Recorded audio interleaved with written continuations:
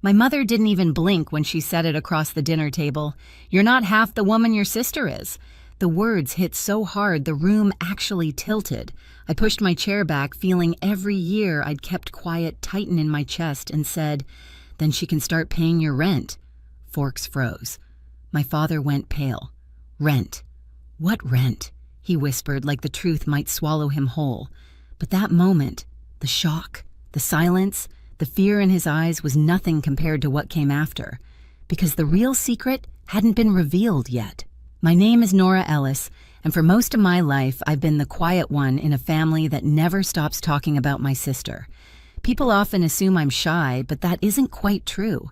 I just learned early that in my parents' house, silence keeps the peace, and peace, no matter how fragile, was something I tried to protect. On paper, my life looks steady.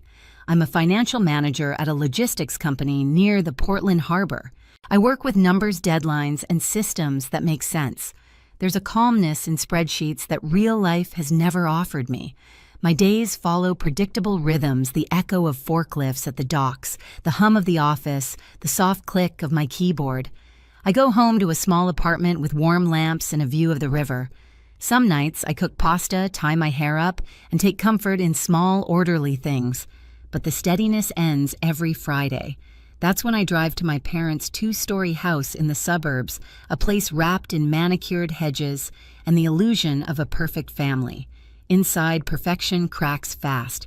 The moment I step through the door, I feel 16 again, the second daughter, the supporting role in Vivian's highlight reel. My sister has always been the star. Tall, confident, the kind of person who fills a room and expects it to stay filled. She debated her way to trophies in high school, earned a law scholarship, and walked into a career everyone applauded before she even proved herself. And quiet steady, Nora watched her take the spotlight like it was her birthright. My parents adore her. They always have. At every family gathering, every holiday, every dinner, they lift her accomplishments like offerings. New cases she won, promotions she got, the house she bought, her plans, her vacations, her potential. And then there's me. Nora, who pays her own tuition at 17, Nora, who works 2 jobs in college, Nora, who never asks for help. I learned not to. It wasn't that my parents disliked me, they just preferred the louder story. Still, I kept showing up every Friday because they insisted. My dad always said, "This family has a seat for you, don't leave it empty," half joking, half serious. My mom called if I was even 5 minutes late. Family first, she'd remind me, though it often felt like Vivian first was closer to the truth. The dinners were predictable. My mother plated the same roast chicken. My father asked the same questions. Vivian shared the same wins. And I pushed food around my plate, pretending the quiet I carried didn't weigh something fierce. But the Friday before everything imploded felt different. My mother kept giving me these sharp, assessing glances. Vivian was in an unusually triumphant mood, like she knew something I didn't. Even my father's smile looked stretched too thin. I sensed it then, a storm building beneath the polite clatter of dishes. I just didn't know it would hit me first. That Friday dinner began like all the others, but there was a weight in the air I couldn't name. My mother hovered near the stove longer than usual, stirring the same pot, twice her jaw tight. Vivian scrolled through her phone with a grin so smug it felt rehearsed. And my father kept clearing his throat the way he does when he's preparing to make an announcement.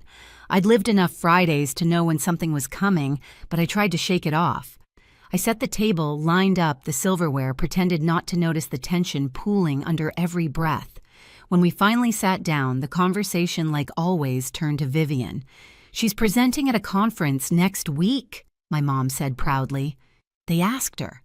"Isn't that something? She's always been exceptional," my dad added, giving her a smile that belonged in a campaign poster. Vivian shrugged with fake modesty. "Well, they know talent when they see it." I chewed slowly, swallowing a mix of chicken and resentment. I'd spent the entire day back at work, fixing a financial mess left by someone else, but that never made it to the family dinner table. My achievements lived quietly in the corners of my parents' house, tucked between bills and forgotten grocery lists. I tried to change the subject. "I led a big project at work this week." My director said, but my mother waved her hand. "You're doing fine, Nora. But Vivian's work impacts hundreds of people. It's different. That sting, small, sharp, intentional, landed exactly where she wanted it to. I looked down at my plate, reminding myself to keep breathing. It was just another Friday, I told myself. Another night of swallowing what I wished I could say. But then my father leaned back, exhaling with a dramatic sigh. Speaking of homes, he began, Vivian helped us sort through some mortgage paperwork last month. She's been such a blessing. A chill crawled up my spine. Mortgage paperwork? Blessing. Vivian's grin widened. It wasn't a big deal. My fork froze halfway to my mouth. 3 years of payments pulsed behind my ribs. Payments I'd made quietly, without applause, without acknowledgement, because they told me they didn't want anyone worrying. I had sacrificed vacations, graduate classes, even the down payment for my own apartment. And now they were rewriting the story. A warmth started building in my chest, slow at first, then rising like a tide I could no longer hold back. My mother must have sensed it because she gave me that look, the patronizing tilt of her head that always meant I should stay quiet. Then she said the sentence that split something open inside me. "You're not half the woman your sister is." The room didn't just go silent, it snapped. I felt myself sit up straighter. I felt the scrape of the chair legs on the hardwood floor. I felt every unspoken word I had ever swallowed gather at the back of my throat, like a storm clawing to break free. And for the first time in my life, at that table, I didn't push the feeling down. I let it rise. The words left my mother's mouth with such casual certainty that for a moment, I wondered if she even heard herself. "You're not half the woman your sister is." She said it like stating the weather, like it was a fact I should have accepted long ago. Something steadied inside me. I pushed my chair back slowly, the sound of wood scraping across the floor, cutting the air clean in half. Vivian's smile faltered. My father looked up, startled, as if he'd forgotten I was even sitting there. I met my mother's eyes, my voice calmer than I felt. "Then she can start paying your rent." Silence slammed into the room. My father blinked. "Rent what rent?" His voice cracked, almost pleading. I didn't flinch. "The mortgage payments." For 3 years, 3 pairs of eyes widened at once, shock, denial, and something close to fear flickering across their faces. I felt a strange lightness, like I had finally stopped carrying a weight no one else even knew existed. My mother recovered first. "Nora, don't be dramatic. We never asked you." "You did?" I cut in my voice, steady. "Every month. Just this once. We'll handle next month. Don't let the bank send a notice. I have the payments, I have the bills, I have everything." My father's face drained of color. "You shouldn't bring that up now, it's not appropriate." There it was, the dismissal, the minimization, the attempt to shove the truth back into the shadows where they preferred me to live. I stood fully, hands on the back of my chair. What's inappropriate is pretending Vivian saved a home I paid to keep standing. Vivian finally spoke, her voice thin. "Nora, maybe you misheard. Maybe Mom didn't mean, but I wasn't listening anymore." I watched them scramble to reframe the story, to mold it into something comfortable for them. And for the first time, I didn't shrink to fit that version.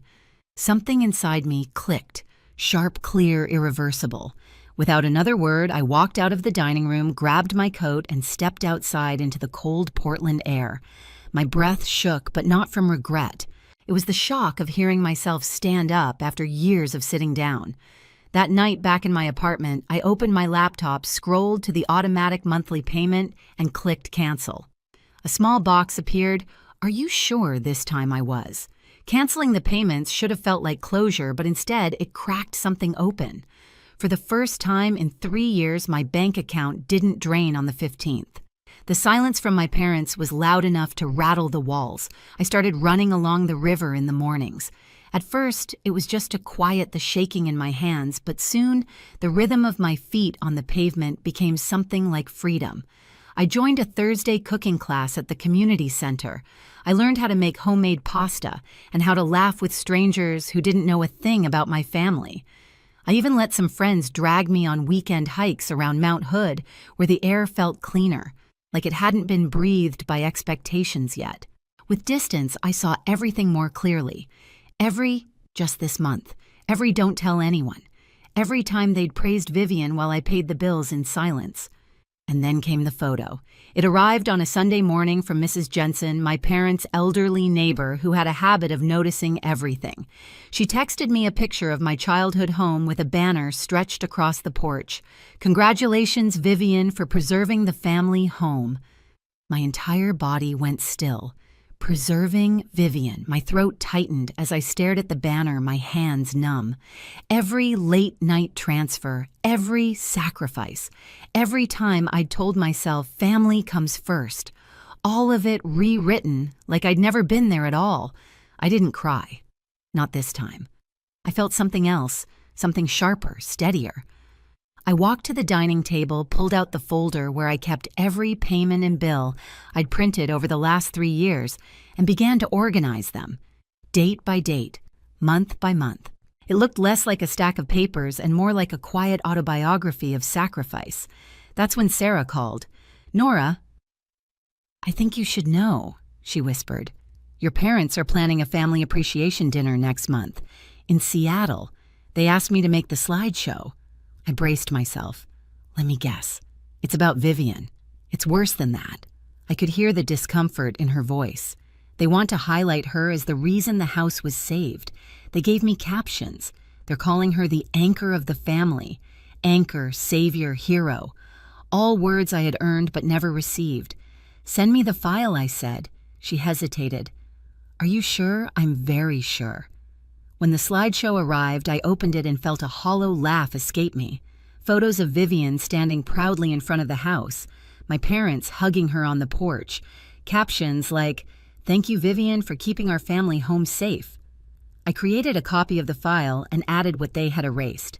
After their final slide, I inserted a timeline of the payments, bar charts of monthly support, screenshots of messages from my mother blurred for privacy, but clear in meaning.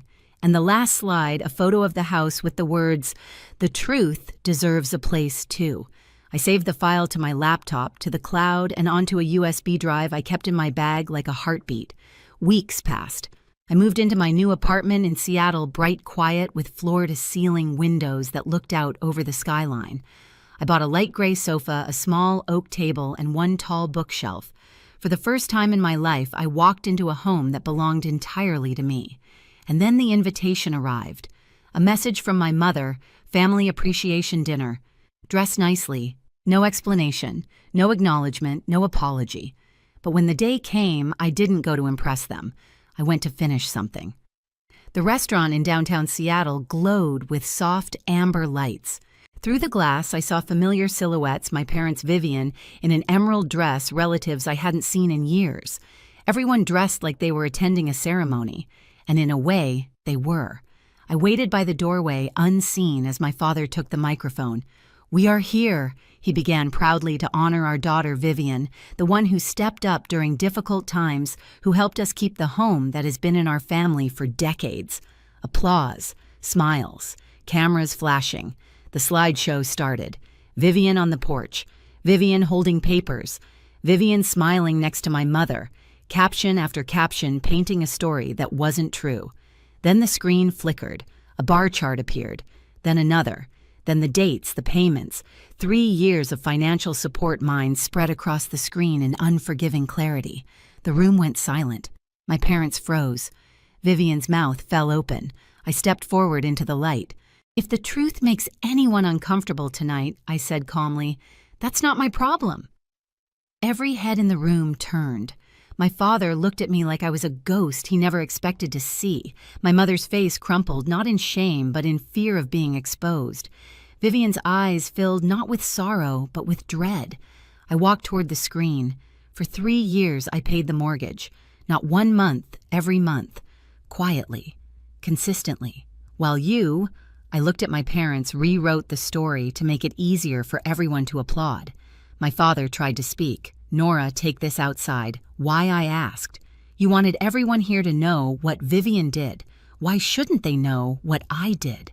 Whispers spread like wildfire. I knew something was off. She was always working late. 3 years. She paid all that. Vivian stood trembling. "I didn't ask them to do this. I thought..." "You thought nothing?" I said, not cruelly but plainly. You enjoyed being the hero in a story that was never yours. My mother finally found her voice. Nora, we didn't want to embarrass you. I laughed softly. Embarrass me by telling the truth. The USB drive felt heavy in my pocket, but the truth on the screen was enough. I had no desire to attack them further. The point wasn't to win. It was to be seen. For the record, I said, I don't want the house. I don't want credit. I just won't let you erase me. The room stayed silent long after I stepped away from the screen. My father reached out a hand. Nora, wait. But I didn't wait. I turned and walked toward the door, feeling lighter than I had in years. Outside, the cool Seattle night wrapped around me. I stood on the steps, breathing in the sharp air, and realized something. This wasn't revenge. It was release. Inside, they could argue, cry, deny. It didn't matter. The truth had been spoken, and I had finally stepped out of the shadow they kept me in. And once you step into your own light, you don't go back. 2 days after the dinner, I was watering a small plant on my balcony when someone knocked. Through the peephole, I saw my parents standing close together, looking smaller than I'd ever seen them. My mother's eyes were swollen, my father's shoulders tense, as if the cold Seattle air had carved new lines into both of them. I opened the door without a word. They stepped inside, slowly scanning my apartment like they were entering a life they'd never imagined for me. Sunlight spilled across the floor-to-ceiling windows, catching the edges of my bookshelf, the new dining table, the quiet I had built on my own. My mother spoke first. Nora, we're sorry. Her voice cracked. We were wrong. We shouldn't have let the story become something it wasn't. We shouldn't have asked you to carry so much alone, my father added. We talked. We want your name on the house. You earned it. I let the words settle, not with bitterness, but with clarity. I don't need it, I said.